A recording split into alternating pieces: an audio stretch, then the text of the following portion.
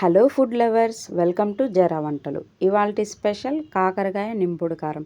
ఇది వేడి వేడి అన్నంలో వేసుకొని తిన్నారంటే మీరు ఆ రుచి ఎప్పటికీ మర్చిపోలేరు. అంత అద్భుతంగా ఉంటుందండి. దీనికోసం 1/2 కిలో కాకరకాయలను ఇలా చెక్కు తీసుకోండి. ఈ కాకరకాయలన్నిటినీ ఈ విధంగా మధ్యకు కట్ చేసుకోండి. ఇప్పుడు ఈ కాకరకాయల్లోకి 1 teaspoon salt, 1 teaspoon పసుపు వేసి కాకరకాయలకు బాగా పట్టించి అరగంట పక్కన పెట్టుకోండి. ఇప్పుడు స్టవ్ ఆన్ చేసి కడాయి పెట్టుకొని అందులో కొద్దిగా ఆయిల్ వేసుకోండి.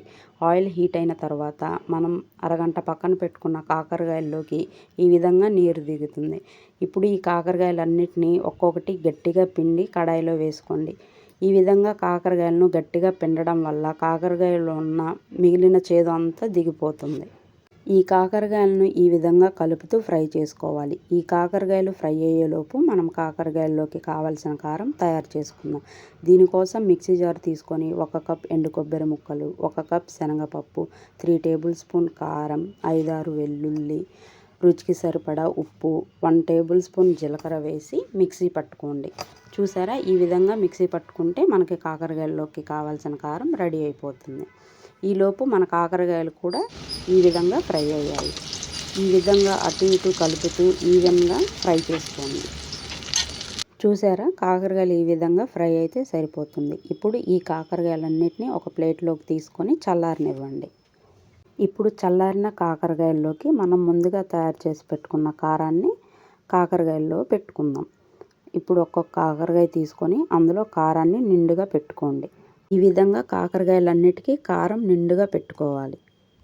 ఇప్పుడు మనం ముందుగా కాకరకాయలు ఫ్రై చేసుకున్న కడాయిలో కొద్దిగా ఆయిల్ వేసుకోండి. ఆయిల్ హీట్ అయిన తర్వాత కొద్దిగా తాలింపు దినుసులు వేసి బాగా ఫ్రై చేసుకోండి. ఇప్పుడు అందులోకి కొద్దిగా కరివేపాకు వేసి బాగా కలుపుకోండి. ఇప్పుడు మనం ముందుగా రెడీ చేసి పెట్టుకున్న కాకరకాయలన్నిటినీ ఈ విధంగా ఒక్కొక్కటి వేస్తూ బాగా కలుపుతూ ఫ్రై చేసుకోండి. ఇప్పుడు ఈ కాకరకాయలు కొద్దిగా ఫ్రై అయిన తర్వాత వెనకకు తిప్పి కారంలోకి నూనె బాగా పట్టే విధంగా ఫ్రై చేసుకోండి. చూసారా, ఈ విధంగా ఫ్రై అయిపోతే సరిపోతుంది. ఇప్పుడు మనం మిగిలిన కారాన్ని కూడా ఈ కాకరకాయల్లోకి యాడ్ చేసుకొని 2 నిమిషాలు బాగా కలుపుతూ ఫ్రై చేసుకోండి.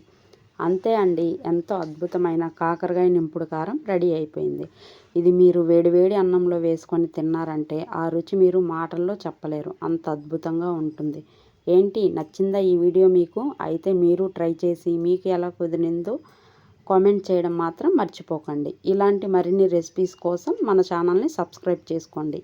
ఇప్పుడే మా నాన్నగారు లంచ్కు వచ్చారండి. నాన్న మాటల్లో విందాం ఈ రెసిపీ ఎలా ఉందో. సూపర్.